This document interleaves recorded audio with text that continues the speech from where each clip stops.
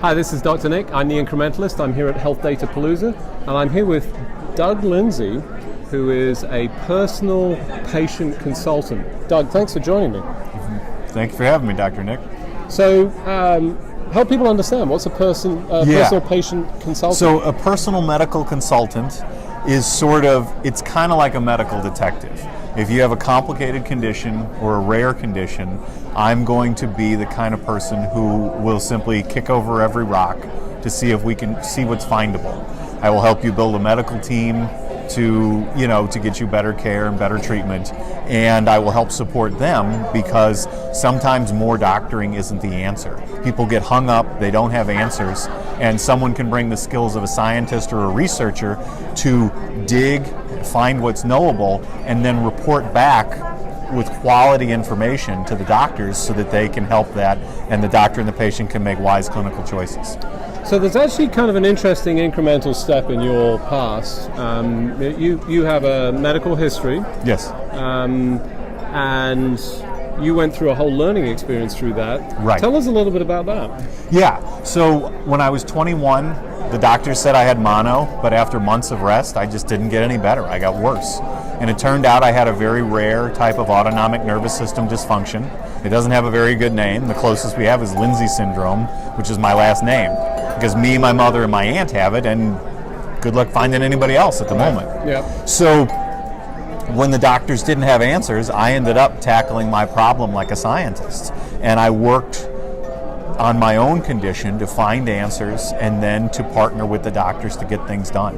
And the difference was, instead of dumping it in their lap and sort of hoping they build something out of it or that they can save me, I was clear that into something rare they weren't going to be able to. So what could we do to get progress when the standard operating procedure wasn't going to work? And that's sort of what I focused on, is figuring out ways to use the office visit to get results, figuring out ways to track your health that were informative, so that, and sort of pulling it all together and, making progress. So the incremental step here was a realization Yes. that there was no answers or no, committed sort of solution to this.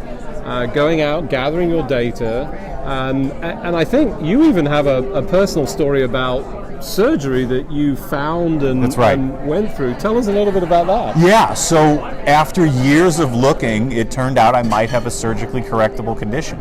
Then we got the evidence that should have been good news. Every indication was you pull this adrenal gland, your life gets better, but it was both adrenal glands. And if you pull them both, you've given yourself a new disease. Right. So now if you're a doctor and you take an oath to do no harm, the idea of giving a patient a new disease, because it might not be better than the one I have. Right. And so that was a hurdle, and I didn't want a new disease either. So what I ended up doing was developing the surgery to fix me. I looked around and I literally went, I've already figured out what was wrong. I've already developed new uses for old meds in my case. If there's a surgery and that's what's in my way, well, damn it, I'll make one. People were saying it was impossible, but I know it wasn't. It was impossible like every story in science. Like, Everest or, every science story is about something that nobody knew until we figured it out. And so it didn't seem like going back to the prom and taking the right date this time. It was soft impossible. So I started looking and thinking, how could it be done? And I sort of looked at people, process, and ideas, and I followed each of those paths until I found something we could use to create a surgery that would help me without giving me a new disease. And he looked outside of general medicine and went to the animal world and That's found true. surgery in dogs that actually proved to be successful and became the foundation of all of this. That's right. The article I found was from 1923 from Argentina. Wow. And the guy went on to win a Nobel Prize, but in this article he described a surgery on dogs that we adapted into a modern 21st century procedure on me. How cool is that, bringing the animal kingdom and the animal world, and especially dogs, because I'm a big dog lover. Dogs are good. Yeah, fantastic. So, for those people thinking about, accessing your services, Yes. how does that work? So I have a website, douglindsay.net, and then there's a personal medical consultant section, PMC, and so they would be able to just email me and we would start the conversation. I'll be able to work with probably only 5 people a year, because I'll be spending hundreds upon hundreds of hours trying to get someone's medical house in order.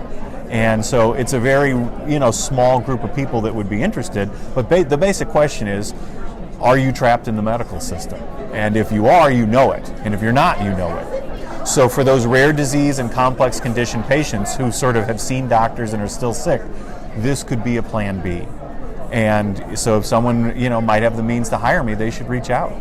So that's good news. Here's at least a pathway for folks that have rare diseases, That's diseases of last resort, somebody that's got genuine experience. I think what I'm excited about is this is possibly going to serve as a foundation for other people to learn from, certainly the experiences. You've been kind enough to share some of them, so excited to see the progress. So, yes. Doug, thanks for joining me. Thank you for having me. I'm Dr. Nick, I'm the Incrementalist. Don't let perfection stand in the way of progress.